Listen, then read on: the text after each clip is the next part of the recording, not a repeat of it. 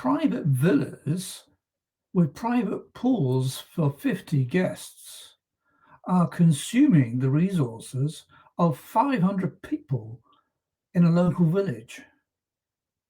In this episode, Chalanaperera discusses why, when you combine sustainability with regeneration, you have a winning formula.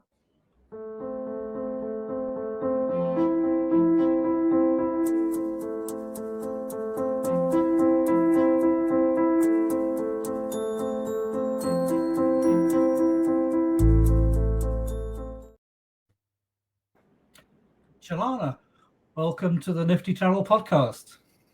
Thank you, Alex. Thank you for having me. I look forward to our conversation today. Yeah, you're welcome.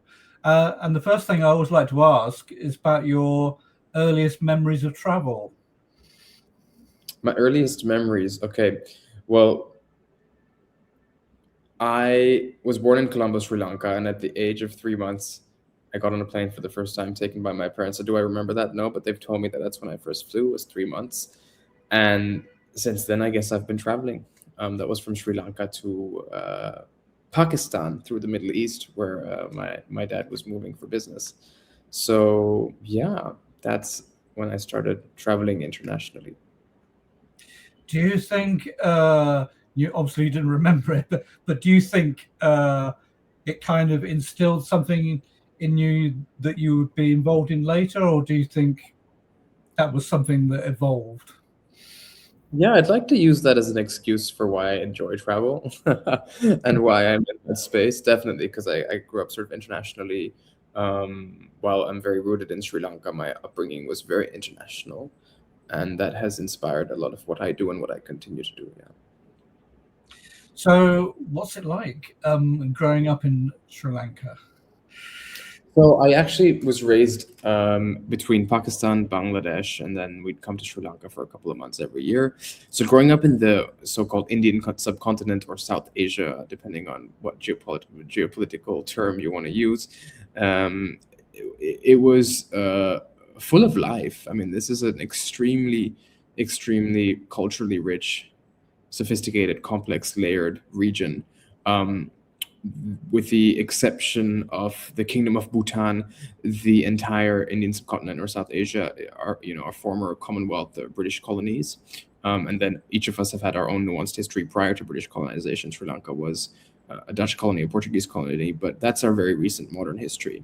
Our history goes back tens of thousands of years and pre-colonization, and that's, I think, where the richness and the complexity and the layers of our societies began. And that's the same for the Indus Valley of India, and which reaches out into Bangladesh and Pakistan today. So yeah, really, I've grown to learn that what keeps me in this part of the world is a bit the chaos. It is a bit the calm. It is a bit the complexity, the diversity.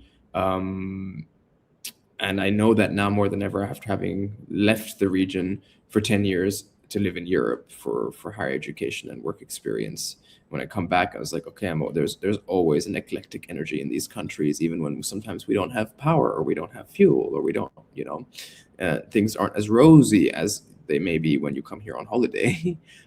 There's just constantly life and a buzz and a momentum in the urban context of the South Asian, cities, as well as in the rural context where there is a completely different rhythm of life, pace of life, quality of life.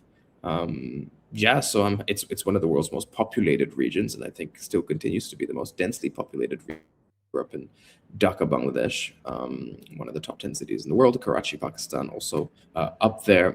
Colombo, where I live and where I was born, where I live now, is thankfully far less densely populated. But Sri Lanka is a dense island, so we're blessed. We're spoiled. There is a lot of energy here, and we have a lot going on.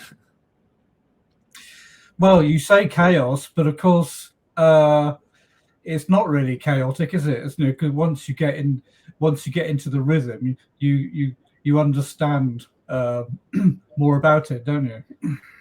Correct. With everything, if that's driving in the traffic, there is a strange flow, a difference between urban and rural traffic. But it's the same for business. It's the same for family life. It's the same for friendships and social networks. It's there is a rhythm, there is a flow.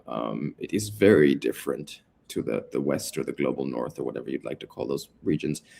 Very, very different. And people do actually tend to lead more with heart, with compassion, with emotional intelligence. But there's always that confluence of sort of Western societies, because all of our, capital cities post-colonial are hubs of trade, right? And a lot of that trade post-industrial revolution is a result of sort of the colonial model of economics, right? And so we are victim to that still. But when you move away from that, you start to recognize, okay, that, as you said, it's not chaotic, actually, it's flowy, but it feels chaotic because when you bring in foreign processes and structures, it's so difficult to decolonize. And a lot of my work is rooted in that complexity, actually. Well, in terms of differences, your early career took you outside of the region you grew up in, because you went into hotels, hospitality. So, and you ended up in Switzerland. Can you give us how that came about? Yeah, sure. I mean, I've spoken about this on other fora as well. When I was attending an American embassy school in Dhaka, Bangladesh, of all places, one thing that the American education system and the IB system taught me was to have perspective and an open mind. So I said, okay, well, I'm not going to go to the US where pretty much all my classmates went for university. I wanted to go to Europe to be able to travel. And my father was very convinced that hospitality would be a great industry for me, even though, our family had nothing to do with that. He was like, you like to travel, you like design, you like nice places, you are interested in culture and anthropology. And, studying anthropology wasn't an option for me, or studying geography, which I was obsessed with and still am, wasn't an option. So it was like, okay, what business sector, what industry that makes money can you get into? And then hospitality was brought to my face, presented to me. And there was then an understanding that Switzerland was the place to do it. I'd never been to Switzerland until I arrived there to check into hotel school in Lausanne. And yeah, that was a very life-changing experience. And that's sort of is when my life in the travel and hospitality and tourism business, they're all sort of one merger began. And then I went on during hotel school. I very quickly realized hospitality operations is totally not for me. I'm not an operations guy. I have massive respect for everybody in the industry who is operational and works on the floors and works in operational management, design, servicing. But I quickly learned through internships that wasn't for me. So I was fortunate to have the opportunity to join the development and investment side of the business shortly after graduation. Moved to the Netherlands, was there for 6 years ultimately. And I learned so much in terms of technical skills of underwriting, but also commercial negotiations from developing properties, understanding how to assess markets for tourism growth and demand and things like that. And that's a lot of the skill set which I use in the Sri Lankan and regional context, but then again with more nuance and more layers and flavors added to it now. But of course, the thing that can interrupt all plans was not a small pandemic, but it changed everyone's perspectives. Does it change the way you looked at things? Yeah, absolutely. I think the reason I am in Sri Lanka right now is because of the pandemic. I'm so grateful for it. I absolutely loved the pandemic. I don't say that with any shame or remorse. Yes, it was devastating for so many families, so many people, so many businesses, so many countries, sure. But for me, it gave me an opportunity to sort of literally stop, pause, reflect. I recognize my privilege in that position and an opportunity. I resigned from work. I sort of gave up my home in Amsterdam and pulled the plug on my life in Europe, and under the blanket of COVID returned to Sri Lanka, much to the reluctance and displeasure of most Sri Lankans that I knew and most of my family, who were like, this country is not really going anywhere positively. Why are you coming here? And I thought, well, actually, I think I'd like to live on an island and I have a bit more purpose and do, contribute to this, the growth story, or for the lack of a better word, the evolution of my home island. And organically, that's what has happened since I've been back. This week actually marks 5 years since my return to Sri Lanka. So what caught your attention then about sustainability, and thereafter regenerative tourism? So I think what inspired me really, it's on two levels, personally and professionally, and now that's sort of merged and intertwined. I mean, I tell people, I recently had another interview last week, and they were like, how does your work influence your life? And I said, this might sound sad, but it's not particularly sad for me. I don't know, maybe it is, but my work is my life. So even how I'd go on a holiday, where I plan to travel to. I just came back from Ethiopia, where I had 2 amazing weeks in such a magical land. And what influenced my decision to go to Ethiopia is largely based on what influences the way I do work, right? And the type of projects I engage in, right? It was a pure holiday, it was vacation. I wasn't earning money while I was in Ethiopia. I wasn't a consulting gig, but it was more to be exposed to a place and the systems and functionings and workings of a place in time in the current tourism landscape, right? But I'll get to that sort of later. But when I came to Sri Lanka, Alex, in December 2020, relocated here after leaving Europe, the country was officially shut. I was actually fortunate to be on the first flight back after a couple of months of complete isolation the island had. As a citizen, only a citizen here, I was welcomed, did my quarantine, and then I traveled while the island was still shut to foreign visitors. So I traveled domestically on the island quite extensively in 2021, where borders weren't really open, only on a case-by-case basis, and there was a whole process there. And I discovered an amazing Sri Lanka that I had not seen a few months before. I was in Sri Lanka right before the pandemic, actually, as well, on winter holidays, avoiding the winter in Europe. And I was amazed to see how hospitable business owners were now that tourism was gone, how welcoming and happy hotel owners were to have someone, right, with no agenda, right, with absolutely no agenda. I wasn't a consultant. I hadn't set up Retrace Hospitality. I hadn't done any of my advisory. I was not known in the space of regenerative. I was not known. I was just traveling to properties. Most of the time, they were empty. I remember staying up in a rainforest, completely empty, and I was told I can't leave my room because there's a leopard roaming around at night, which normally doesn't happen when there's lots of, when there's high occupancy, let's say. The nature was pristine. The air was clean. The roads were calm. Sure, again, I recognize my privilege. A lot of people suffered massively through that time because of economics downfalls. But the mindset of Sri Lanka pre-pandemic, particularly when I finished school and when I was nudged to get into this business post-Sri Lanka civil war ending in 2009, up until 2019, so really a solid decade, was just build, money, build, money, numbers. And we're going back to that. Right after the pandemic, we went very quickly back to the numbers game, and people are talking against it, but not enough.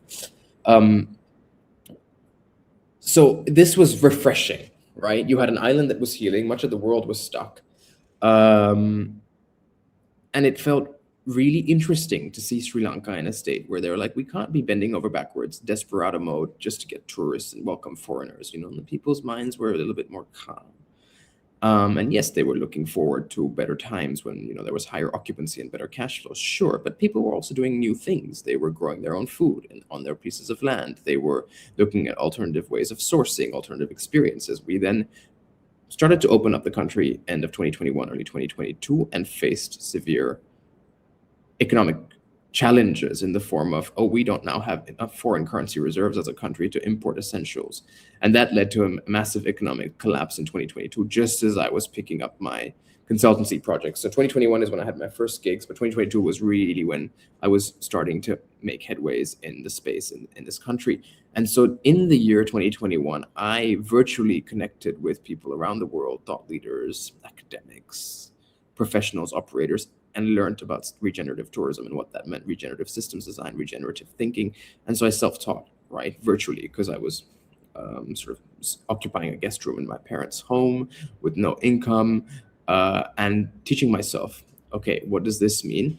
And then marrying that with my technical skill set of hotel underwriting and hotel development, which I had brought back from Europe, right? So if you're going to build a place or develop and promote a place, what does that mean? And so I function on many levels here, because the majority of Sri Lanka's hospitality and tourism industry, their favorite thing to do, favorite thing to say, favorite thing to talk about is promote the country, market the destination.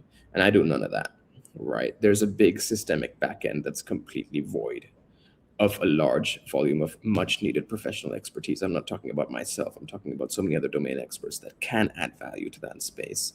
By and large, there's a lot of great operators and investors have done phenomenal work here.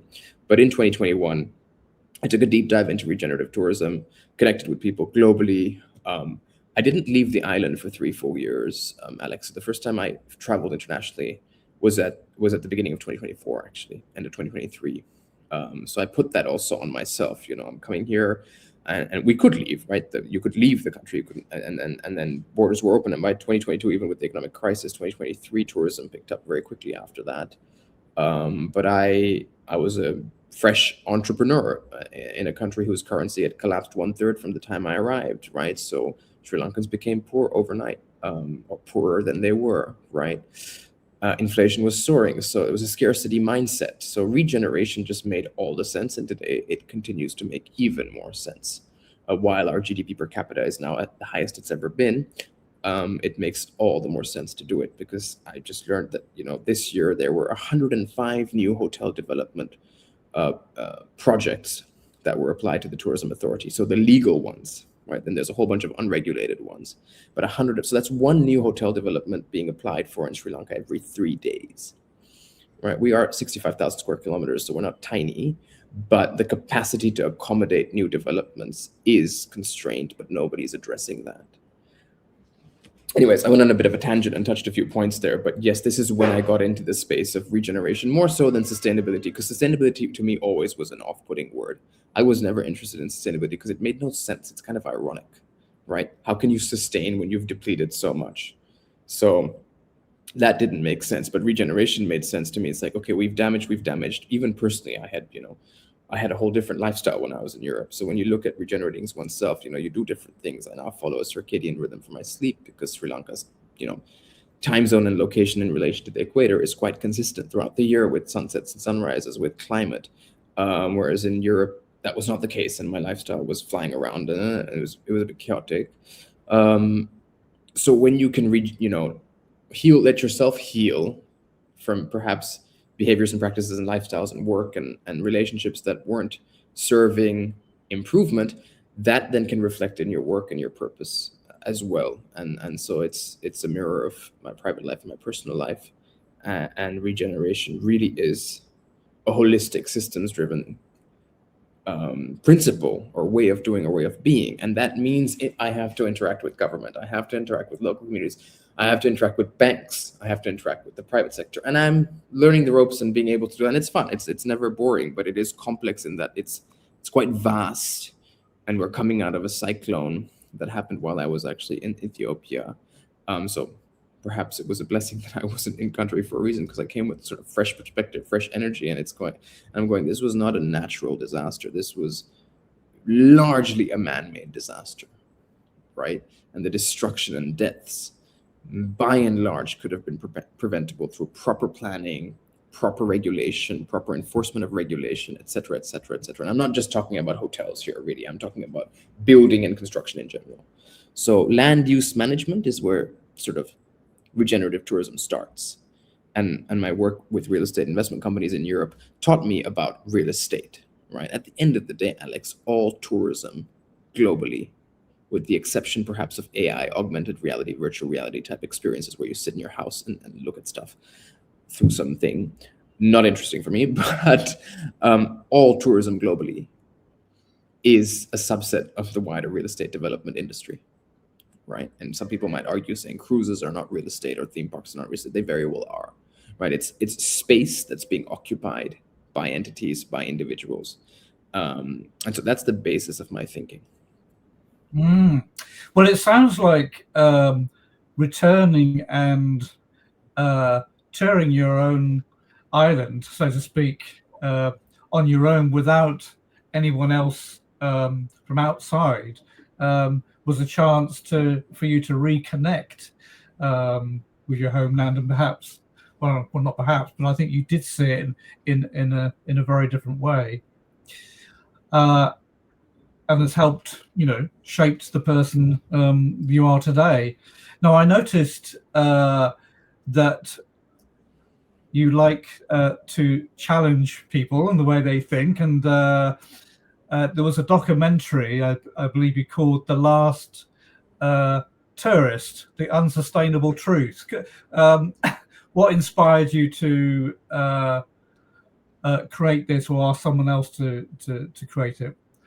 Well, I didn't create it. No, by no means did I create The Last Tourist. I don't know where that was, but we arranged for it to be brought down. We got the first license to officially bring it down to Sri Lanka, to have it screened 2 years ago. Yeah, December 2023, I think. So Sri Lanka's, I've been here 5 years, and in that time there have been 3 or 4 governments, right? 3 or 4 presidents, prime ministers, lots of changes. So for one of those governments, we were able to screen for senior officials as well as senior members of the investment community, business community, tour operators, big sort of the bigger players. Let's say we screened the full Last Tourist documentary. We got all the rights and permissions from New York, I think, was where the sort of production house is based. And there was great responses, people, the Presidential Advisory Committee at the time on tourism, we always have these committees in Sri Lanka that change all the time and blah, blah, blah. Classic situation. But we had great response. And the reason was to just show people, hey, you're obsessed about growing tourism as an industry, but at what cost is that coming? Number one, for you as a resident of Sri Lanka, as a citizen of Sri Lanka. I love the fact that I live in Colombo, and Colombo, fortunately, is not a mainstay for tourism.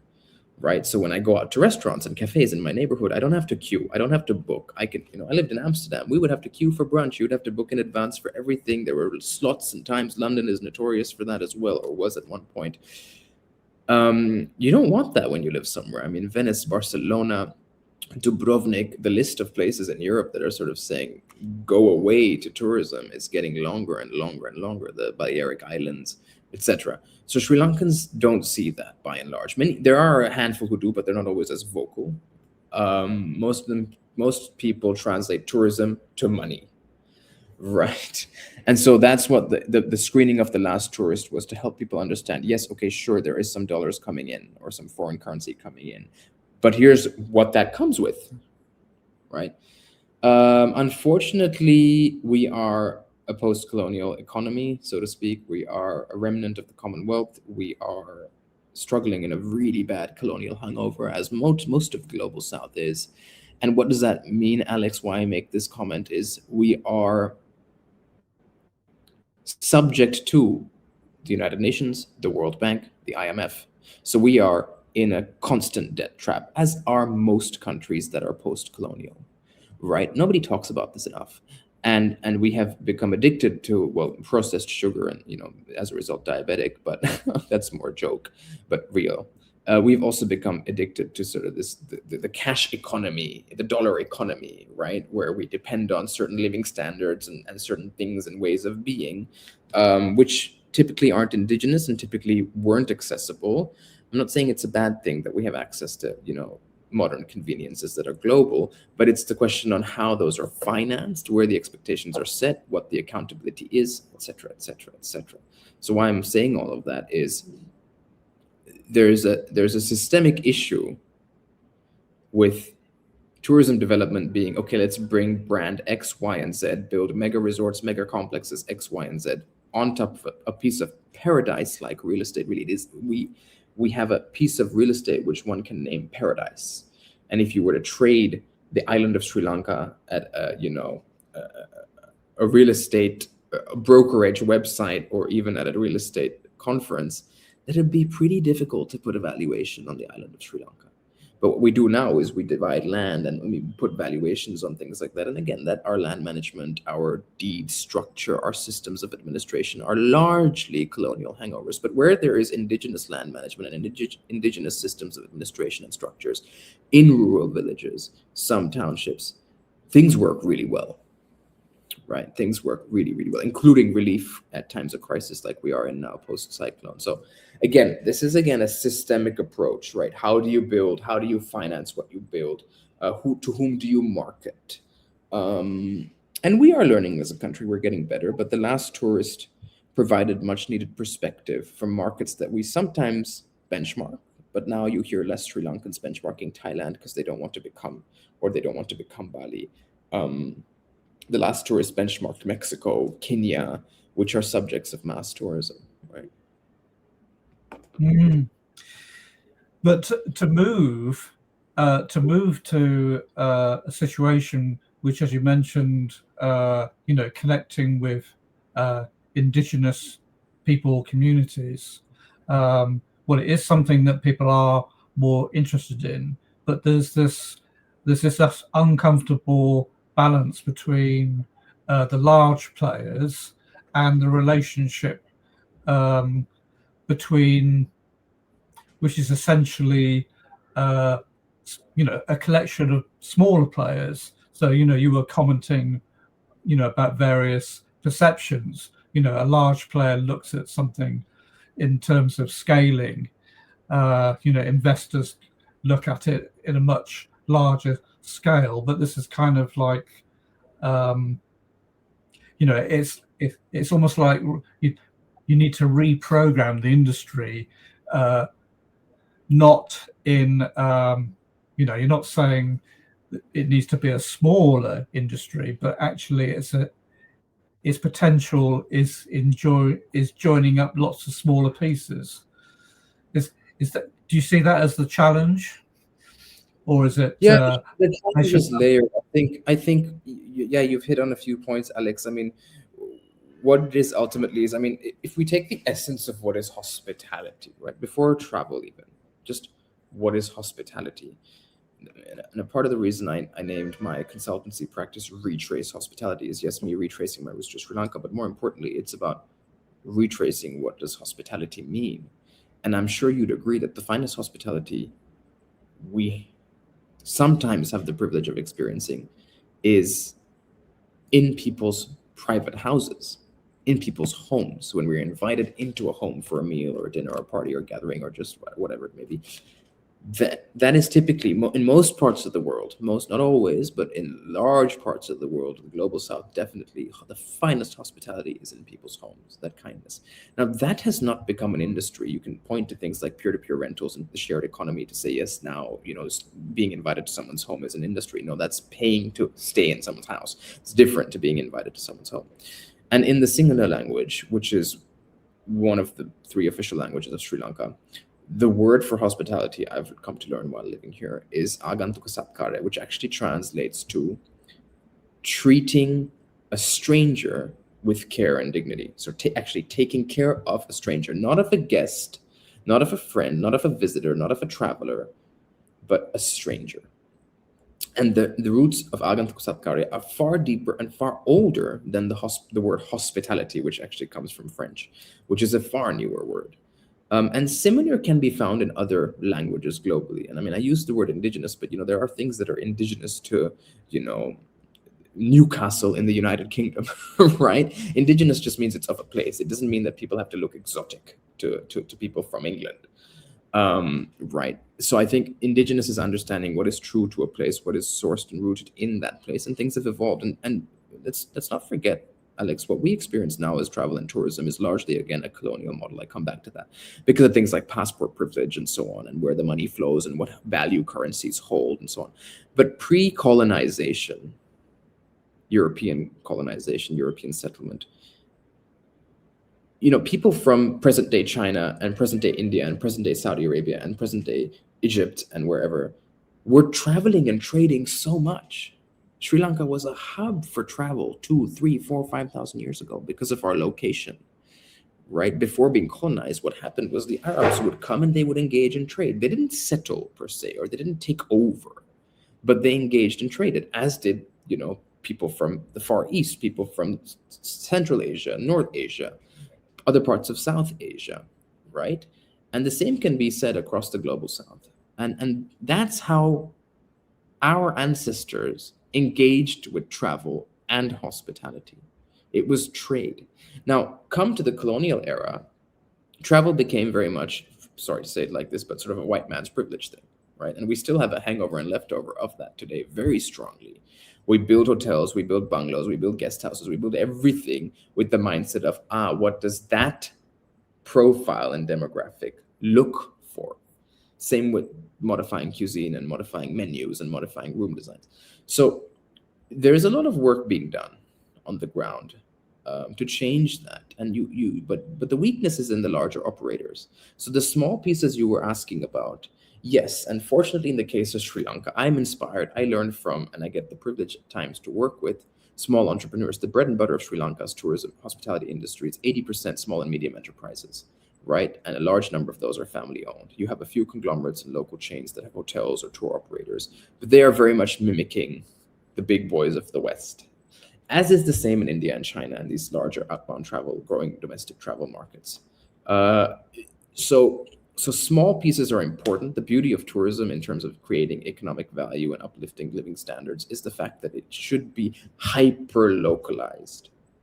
And even Colombo-based corporates need to be able to say, our ownership now across the island is enough, right? Let's collaborate and partner, but we don't need to own everything wherever we go. But branded hotel chains,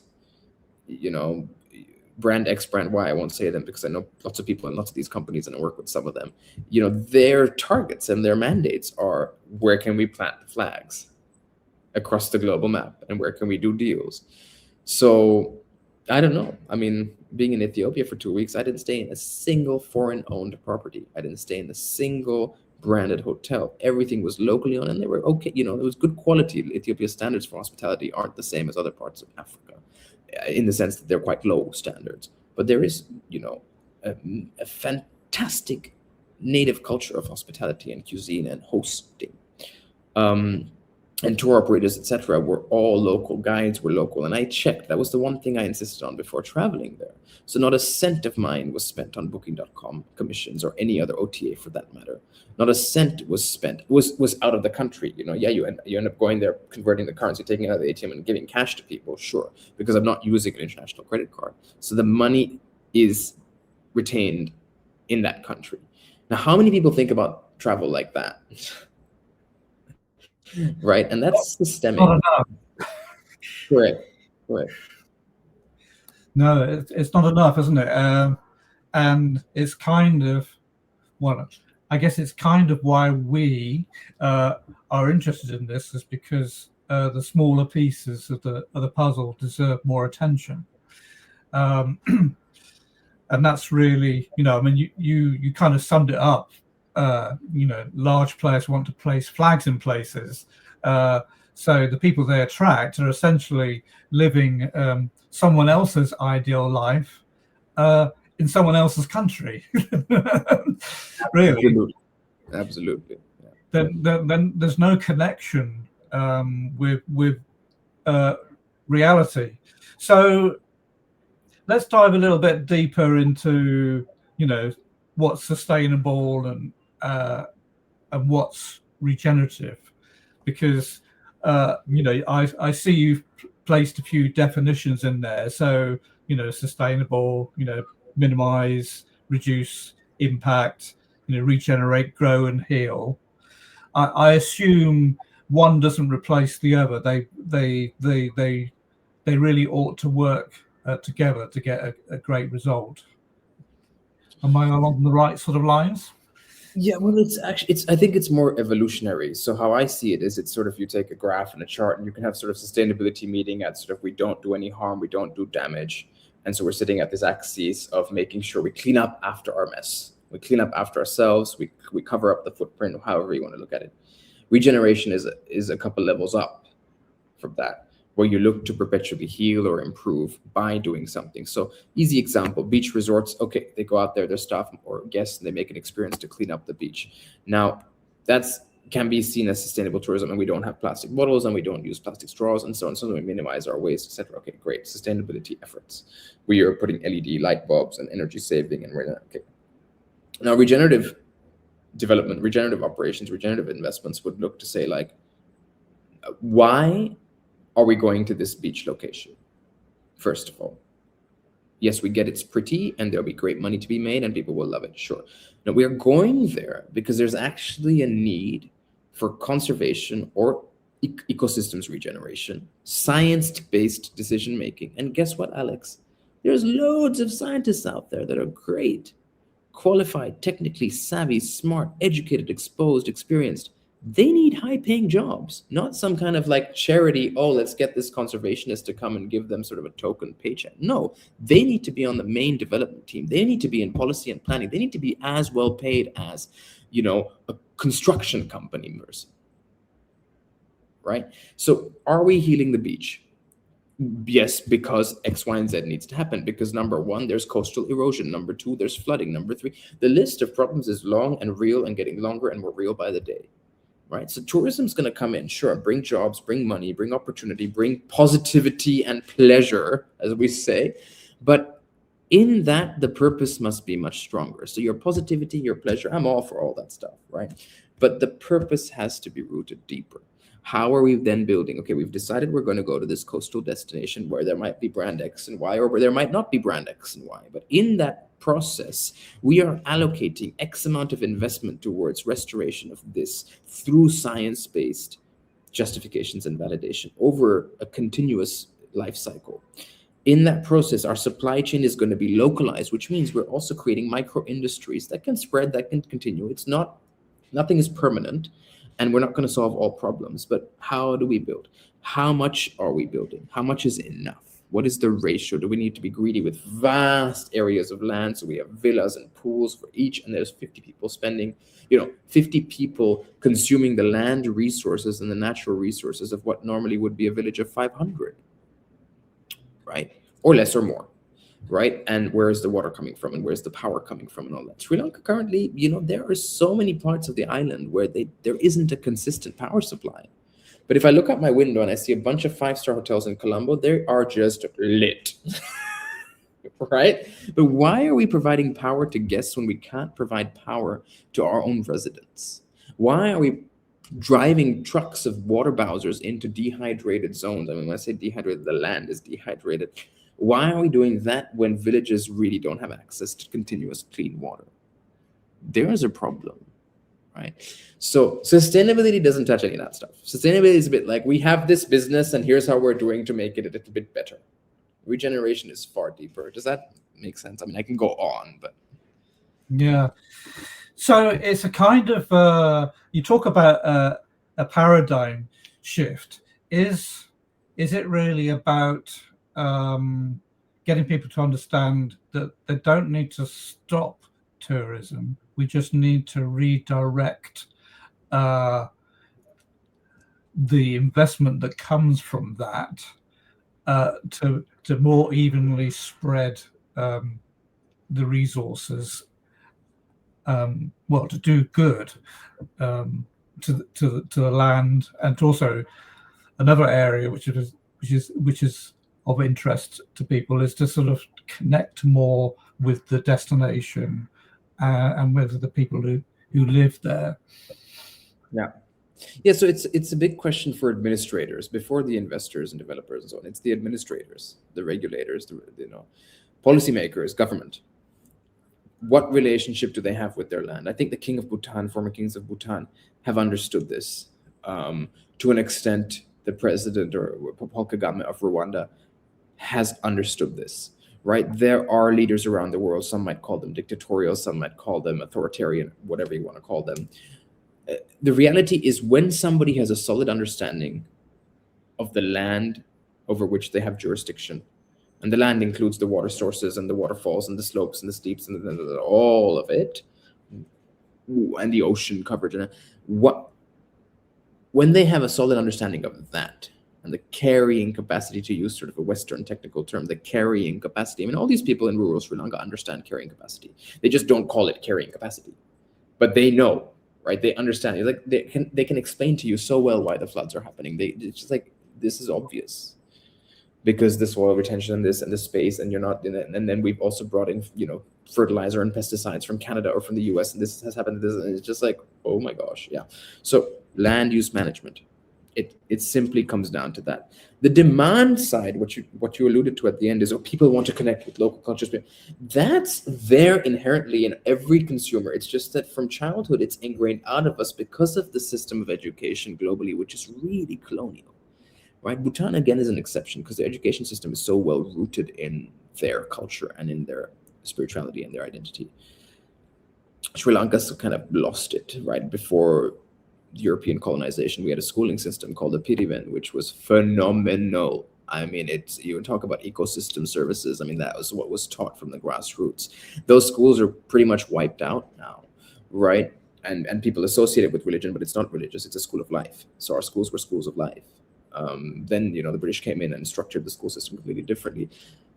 So that is where that as a consumer, we are a subject of our education, right? Even me, I'm in the space of regeneration because it's a relatively privileged place to be in, because I've seen and had perspective and understanding of different systems, different ways of being. It's not because it's trendy, but consumers make choices based on their gut conscience, but their conscience has been so eroded based on what is perceived as being success, what is perceived as being good, what is perceived as being a quality experience. So, comfort and convenience are complex in today's culture, but that's the root of, okay, if the comfort and convenience that the administrators aspire to have can marry and match land use management that is also providing comfort and convenience to the natural resources, the land itself, then you have a winning formula. Don't you think some of the things that will make this easier? So education is clearly an element here, but do you think the paradigm shift will ultimately be a frictionless kind of evolution? Because people will a little bit, they act, don't they? One, the way you say, we are the product of the environment we grow up in, but also but more importantly, as we become adults and we absorb more and make more and more informed choices, the funny thing is, and I'd love your take on it, is do you think we can nudge people in a certain direction by just making it frictionless, making it the easier choice? We're not telling them they have to do tourism in a certain way, but we just make the good version a lot easier to be involved in. Yeah, I think absolutely. So how that starts, though, I go back to passport privilege. The number one step, this is at the UN level. I mean, I'm being super ambitious, and some people might say altruistic, but it can be done. It's not difficult. It's making travel more equitable.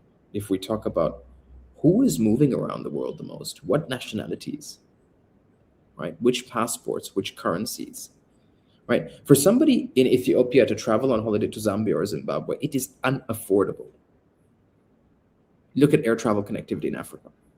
And some will say it's great, they're so sustainable because there's very few flights, or the flights are so expensive, so it's very inaccessible. That's not the solution, right? And things are nicely changing in favor of the global south or post-colonial economies. When you see that the moves that China and India make, and being in Sri Lanka, I'm so privy to that sort of fundamental shift in where economics and global trade is pivoting towards, and cultural appreciation and things like that.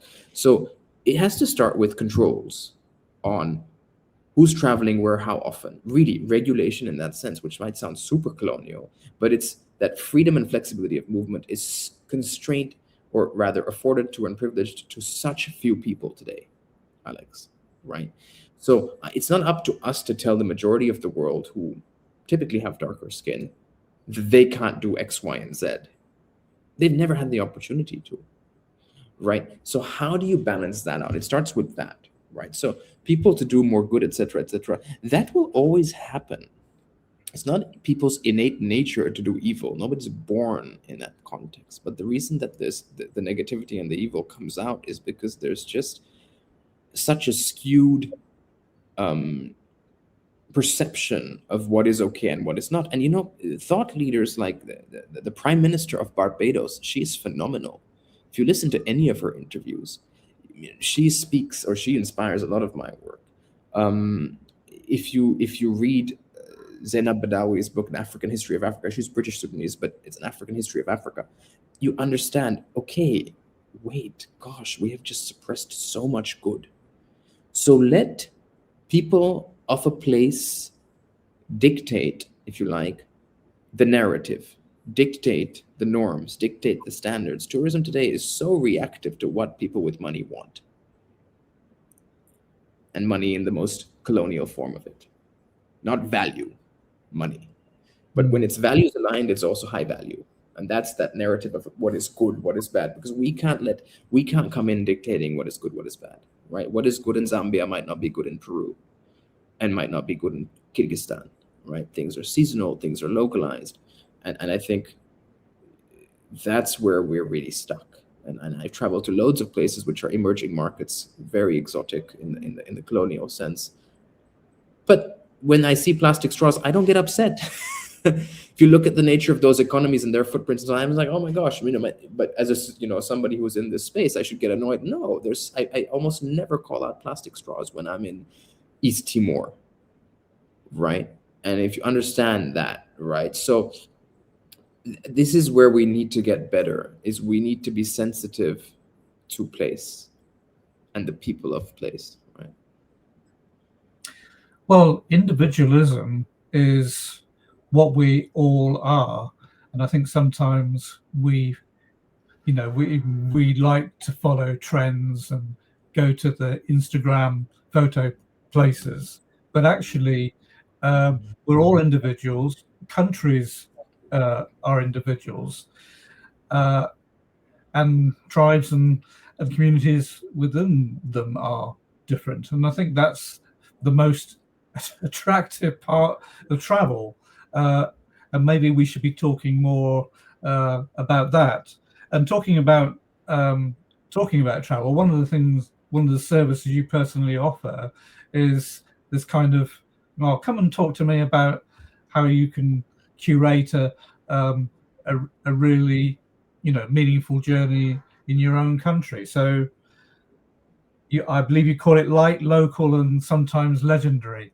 So how did you come up with your phrase, and how do you guide people who want a different kind of journey in Sri Lanka? Yeah, so the travel curation for conservation, I was very reflective before saying, the first thing when I moved to Sri Lanka was all the friends I went to school with in Europe, and a lot of my closest friends are overseas, right, all over the world. It's like, oh, you should set up a Sri Lanka travel company. I was like, oh yeah, that would be the easiest thing to do actually in terms of earning a living and so on. A huge opportunity, but I stayed away from that. And then setting up the TCC, travel curation for conservation, which I do on my own independently, there's no money involved, in the sense that I don't earn anything from it. There's no payments being made to me or for me to any suppliers or anything like that. So I was very mindful, am I taking business away from travel operators? But I realized no, because there's a massive and growing niche of people who want to go places, who, like myself sometimes, who don't want to work with operators. Now, when I travel to a lot of new countries, I do work with operators locally owned, because I want to make sure I'm spending in that context. But for those that feel comfortable to come to Sri Lanka without an operator, if they're families, young families, couples, singles, solos, whatever age, they still want some tips. And I would constantly get these requests for tips, constantly. And I just ignored, because I didn't have the capacity to respond. And I'd rather not respond, with a copy-paste answer or whatever, but curated. So I came up with this model of minimum donation recommendations for people to make towards certain respected, reputed organizations that work towards the betterment of Sri Lanka's ecosystems and environments, and specific projects that I'm very well connected with, the founders, the directors, the people who run on their grounds on the legs with those projects. In exchange for an hour of my time over a video call, where I walk them through what could be some of the things they do in Sri Lanka. And some of those, and so none of the businesses that I recommend are aware of me doing this. On occasion, they might say, hey, can you connect? Or if there's a special request, or if I'm very close to the person who I'm advising, I'll tell the owner, if I know the business, hey, these people are coming, by the way, they really like this, but rarely, because I just don't have the time, actually. So I recommend loads of locally owned businesses that I'm a fan of, that I know do things the right way, try to achieve things, they pay their taxes, they contribute, blah, blah, blah. And I recommend them. It's as simple as that. And then if the people want to visit one of the projects towards which they've contributed their donation, they can also do that here. But rarely do they ask, because they also don't have time, and these projects are located kind of remotely and so on. But it's about transparency, accountability, but also really allowing people to experience a place without feeling obliged to hire a guide or an operator. But I don't take any business away from guides or operators. If anything, I sometimes recommend guides and operators, actually. Yeah. I noticed that you have lots of links on your site to specific projects, and I wanted to ask you about a couple because a couple stood out to me. One was about a bamboo hotel. I found that very intriguing because on a visit to Thailand, they have areas where they're specifically growing lots of bamboo, and of course it grows there naturally as well. Tell me a bit about why you chose that. Well, it's more not that I mean, that's on my site because it was the first project that I advised the developers of that, who are two young entrepreneurs actually that were trained in Bali, relocated to Sri Lanka pre-pandemic, have been running through the mills, the hard work, doing everything here to set up a business as resident expats, and now they've evolved. That project has evolved significantly. The hotel was never developed due to lack of funding and volatility in the microeconomics of the country at the time, but it has now evolved into Sri Lanka's first bamboo factory, in the sense that they produce bamboo for construction, and they are now constructing or contracted for various projects across the island to build with bamboo, and the bamboo is locally sourced, treated in a very environmentally smart and astute way, with a full team of local craftsmen in a region that really had low employment and low opportunity, really off the beaten path. And I'm very close friends still with the clients behind Una Bamboo and now Una Gama. And we are sort of peers. I wouldn't call them clients, we're peers. We relay, we share information very regularly. We are in regular contact to challenge each other on ideas, thought processes with the space that we operate in. And we met virtually on one of those regenerative deep dives. I was sitting in Colombo and they were sitting in Ahangama, and we were attending a conference virtually together by coincidence. So that was my first advisory engagement role in Sri Lanka. That's that. Well, the other one was is described as a tropical agritourism area, and that is something that doesn't get talked a great deal about in the tourism space. A few other people I've spoken to have mentioned it. Well, in Kenya, for instance. So, is that something that is going forward? Absolutely, actually, and I don't know which specific tropical agritourism that one is on my site. Sometimes I'm quite ambiguous with the naming because of client confidentiality. Actually, most of my projects are pre-development design phase. There's strict NDAs, as there should be.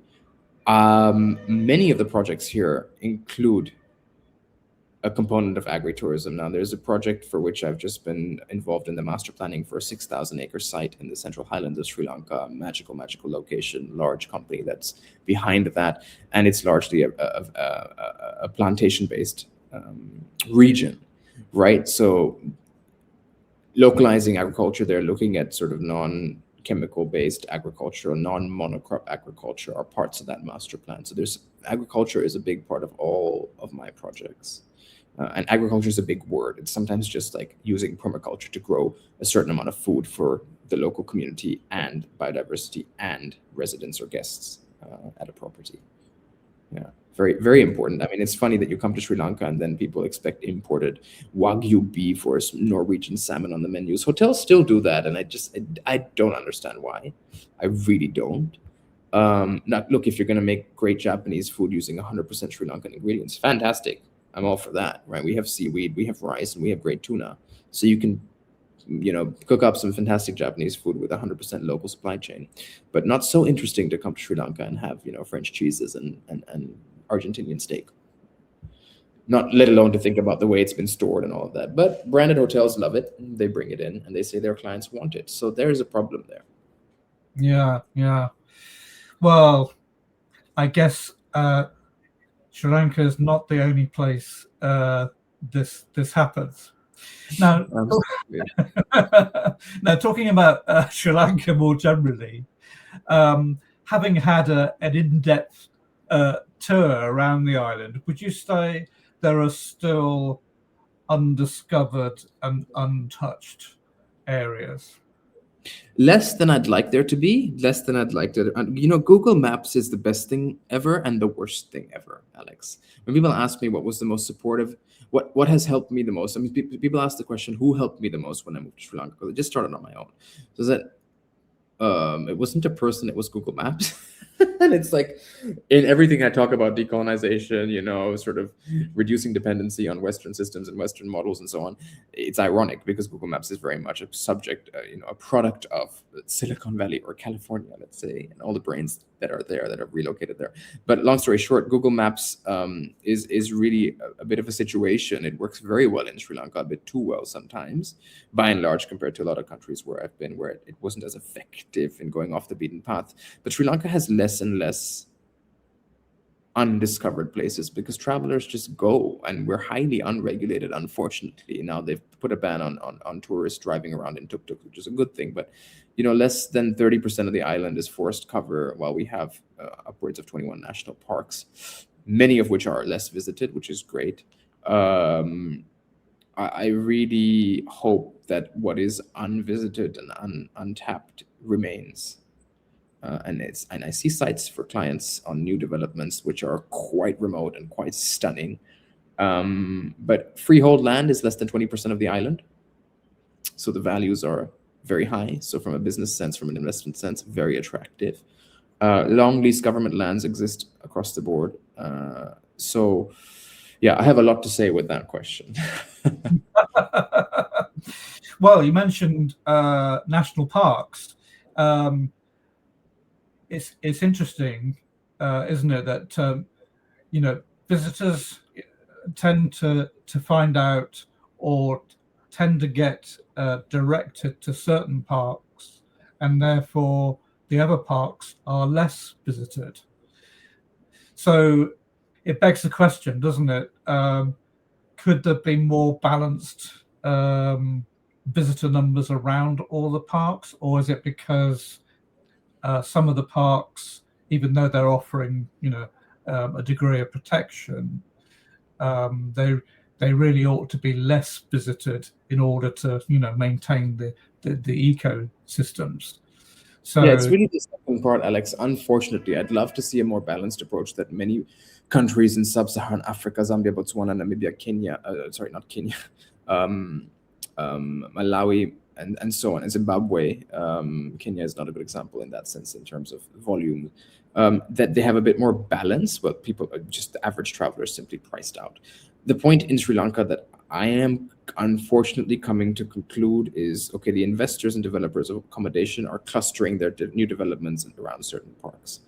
And the sad reality, Alex, I'm really coming to conclude that the 3 or 5 most visited parks should remain heavy tourist football, let all the tourist traffic go there, and the other 15 plus should be relatively unheard of, untouched, unvisited, as long as they're well regulated, right? Because a lot of people say, you know, when you have visitation, you're ensuring against poaching and illegal wildlife trafficking, X, Y, and Z, and whatever else illegal happens inside these parks. So I think tourism has not brought significant success to wildlife park management. It's brought heaps of money, but it's not spent in the parks the way it could be, and the controls and regulations. It's also an accommodation side, right? When you build rooms, people will go there, and then you'll find a reason to justify to let more people go, and then more people go, and more and more, and when it's never ending. So I am of the opinion that there's a couple of parks in Sri Lanka. Yala National Park is the most known one, is overrun. Let it continue to be overrun for as long as the other parks that aren't are left the way they are. Because once you open up new parks, we have a history and a track record of beach destinations, mountain destinations, pretty much anything now in Sri Lanka, which opens up to tourism, very quickly becomes poorly managed or is not managed at all. So that is the track record we have. So I'm basing it a lot on what has happened. People will challenge me and say, yeah, but you need to have faith. It's like, okay, but prove it to me. You know, where is that? So that whole notion, and we're not so big that you can have large plots of conservation. And there's so many operators in sub-Saharan Africa that do a great job of this. They say, we won't enter the market unless we get consignments of land which we can conserve, regenerate forests, and protect. We don't have that here. We have people going, okay, can we build near the park? Build what? Right. Yeah. In terms of the potential experiences that could be provided, do you feel that there's untapped ancient wisdom that as tourists we could access, or should they remain untapped? Yeah, it's an interesting question. It's like the exploitative and extractive nature of the traveler, and you have all these timely, Alex, and we could have a whole nother chat, and I'm sure you could have much more experienced and more qualified guests on your show to speak towards what is happening with wellness tourism globally, and mindfulness, meditation, and yoga, and la la la. So that is a whole nother, that is a whole ethical, regulatory situation, for the lack of a better word, that needs to be addressed. So is there indigenous wisdom that is being untapped? Yes, loads. Is indigenous wisdom a product? Probably not. Sharing knowledge is not something that was priced in these societies, right? Knowledge was never something that was commoditized. It was shared generation to generation, community to community, exchanged. So we have to be very careful, because tourism and travel has become commoditized, very much as tea and coffee have. So let that wisdom remain. I don't want to say in the hands of the wisdom keepers. That sounds a little bit airy-fairy, but it's more, let that wisdom play out in the way people operate on the ground in a localized context. No, it's interesting, isn't it? Everything is a balance, isn't it? Yeah, I think so. When you look at statistics, I mean, so many people are traveling. It's one thing. We realize that the travel game is weighted more to some people than others, but nevertheless, a very high proportion of the human population is moving to a certain extent all the time. Now, in terms of tourism generally, I just wanted to wrap our brief time together by just getting your feelings on the direction of travel the tourism industry is going in. Where do you think it's going? But what particularly would you like to see happen? As I mentioned before, what I'd like to see happen is at an international regulatory level that there are some controls and rebalancing of passport privilege, right? A handful of countries have significant passport privilege, the rest of the world does not. When it comes to currencies that are used internationally in travel, it is largely US dollar denominated, euros, GBP, sure, but that needs to change, right? So equity in travel is not about just traveling to some rural community and making sure you spend your money with that community because they deserve it more than chain X or chain Y does.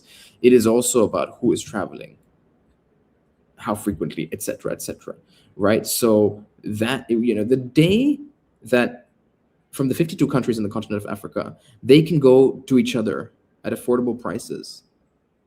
I won't say it's the same rate as within the EU, because the EU is just completely notoriously over-consuming everything for their footprint, completely. And I lived there. I was a taxpayer in the EU for 6 years and Switzerland for a couple of years. And, you can just see that it's just what is going on. But, Africa's vast. A lot of these countries are 1 million square kilometers plus, huge land.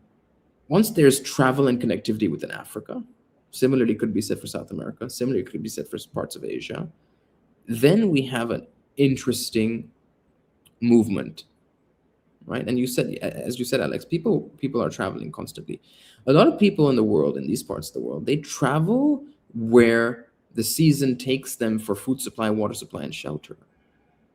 You have communities in Northern Europe, like the Sami, the herders of Finn, in Northern Lapland and Finland. So it's not that it's exclusive to the global south, but by and large, they move. I was with some communities in southern Ethiopia in the Omo Valley 2 weeks ago, and they told me they're citizens of 4 countries. They don't actually have the paperwork, but they can move freely between Uganda, Kenya, Ethiopia, and South Sudan. And they cross the borders regularly without anything, because they are of said tribe, and those borders are all colonial borders, right?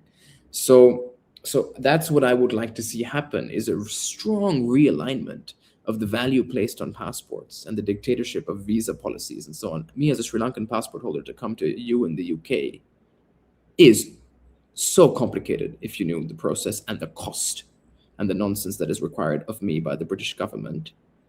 As opposed to you to come in with a British passport to Sri Lanka, you'll be greeted on arrival, you pay a very small amount of money and no questions asked. That needs to change. Right? Then we can have all the other conversations about what it means to do good and do that. Yeah, it's it's an interesting world that we live in, and of course we didn't suddenly reach that point. We've been meddling and integrating for millennia. No, well, it's been absolutely fascinating having a chat to today. We could have go on a great deal longer, and could have jumped down many a different subject and gone a lot deeper. And maybe sometime in the future we may have the opportunity to do that. But I just want to thank you very much for taking time out of your day and having a chat to us. My pleasure, Alex. Thank you for the opportunity and for the open conversation. Thanks so much. No, you're welcome.